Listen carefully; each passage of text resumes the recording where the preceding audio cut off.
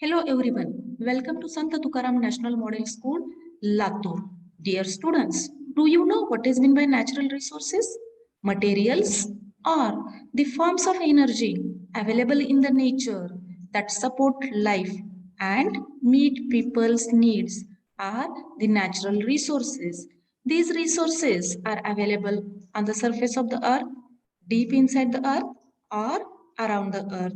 Some of the natural resources are petroleum, coal, natural gas. These are the fossil fuels that provide us heat for cooking, running vehicles and machines, and to produce electricity. Various metals such as aluminium, copper, iron, and so on are used to make buildings, aeroplanes, vehicles, machines, and many more household items.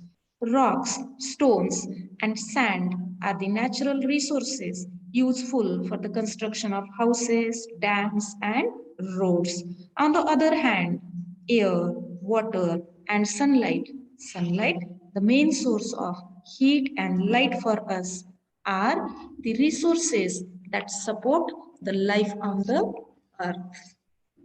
Life on the earth is in the form of plants, animals, and microorganisms. Even we depend on these life forms mainly for food and other purposes. They are living natural resources. As air, water, and sunlight support the life on the earth, so is the soil. It is an important natural resource that supports the growth of plants that provide oxygen and shelter, food to animals. Dear students, let us know more about soil and its composition. Soil is made up of mainly two components, the mineral particles and the organic matter. Tiny bits of mineral particles which come from larger rocks and organic matter that comes from the decaying remains of plants and animals. Soil also contains water, air, and living organisms. The mineral particles are needed by plants for their growth. These include salts of iron, calcium, potassium, magnesium, phosphorus, and other elements. A lot of humus is formed from the dead and decaying remains of plants and animals in soil. Small plants such as mosses, lichens, and ferns grow in small pieces of rocks. When they die, they mix with soil and form humus.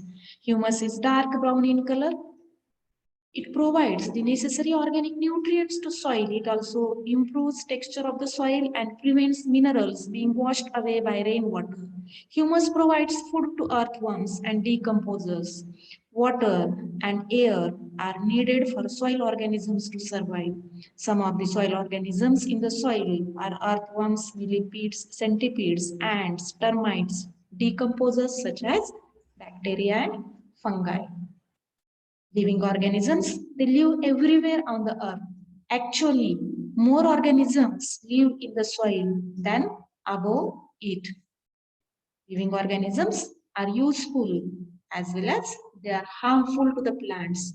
Microorganisms present in the soil, such as bacteria and fungi, feed on dead remains of plants and animals and help to add organic nutrients to the soil.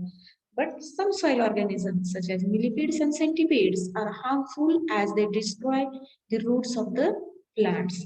Earthworms are referred as farmers' friend.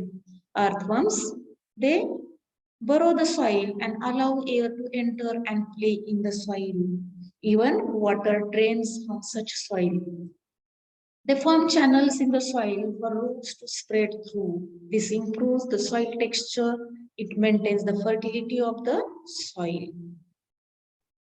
Nitrogen fixing bacteria, that is rhizobium bacteria, are present in the soil that convert free nitrogen gas from the air into nitrogen compounds. These nitrogen compounds are soluble in water and are absorbed by the plants along with water and minerals.